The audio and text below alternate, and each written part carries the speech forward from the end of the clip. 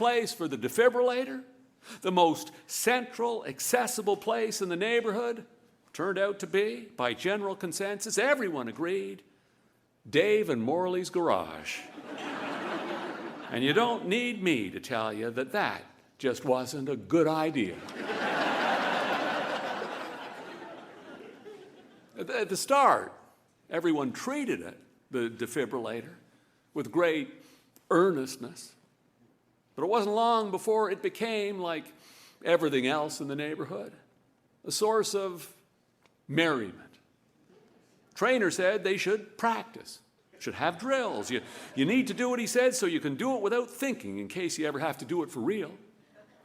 And so someone drew up a schedule, and they gathered in little groups on Saturday afternoons in Dave's garage. Dave, Carl Lobier, and Bert Turlington one Saturday, hanging around the way guys do, until one of them said, "Okay, let's do it." And Dave said, "I'll be victim." And he clutched his chest dramatically, moaned a little, staggered around a bit, and then he lay himself gingerly down on the garage floor. Bert looked at Carl and said, "You go first, I'll time you." Carl nodded, and Bert pulled out his phone. Now, for all intents and purposes, the thing was foolproof. When you attach it to someone, the first thing it does is evaluate their heart rhythm. It has to recognize a life-threatening rhythm before it recommends administering a shock. Let me tell you how it works here. You turn it on, and it gives you step-by-step voice instructions. Remove the patient's shirt. Pull the sticker off the first pad. All you do is follow the instructions. So even if Carl had stuck the pads on Dave's chest, it wouldn't have given him a shock if he was in a healthy rhythm. And for times like this, when they were just practicing, there was safety mode. "Go," said Bert. Well, Carl ran across the garage, and he popped the little lunchbox-sized machine out of the bracket on the wall, and he ran back, and he knelt down beside Dave, and he flipped it open, and he pressed the on button. "Initiating device," said the machine. "Remove the patient's shirt." They all knew this was just a scenario. They all knew the machine was in safety mode, and that Dave, lying there on the floor with his eyes closed, had not had a heart attack.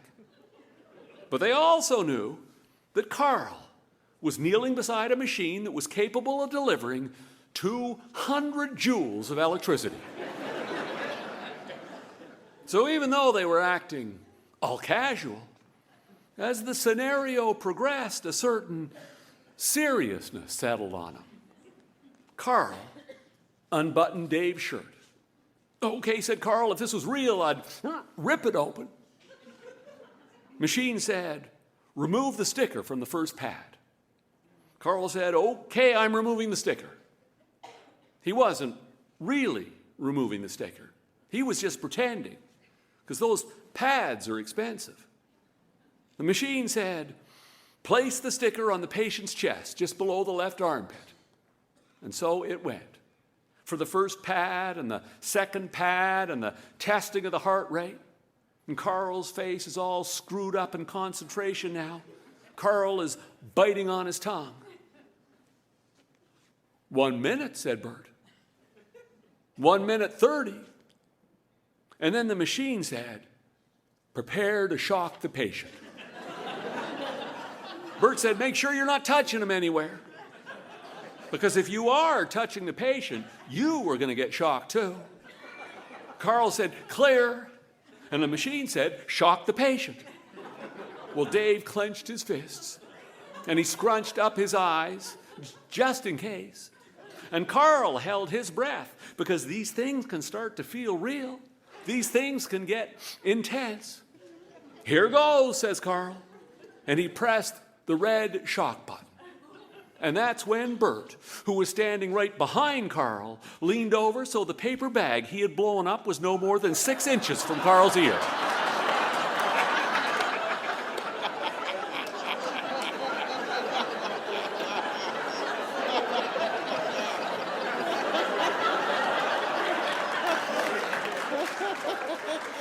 "Here goes," said Carl. And then Bert pulled his hands apart and he clapped them together, and there was a tremendous explosion. Carl lifted right off the ground. It was like Carl was the one who had been shocked. Dave and Bert whooped.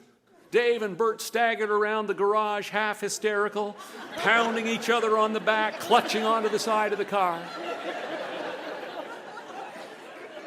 Took 10 minutes for Carl to settle down.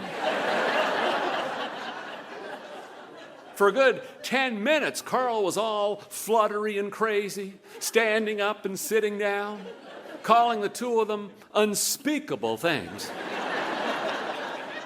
"I can't believe you did that.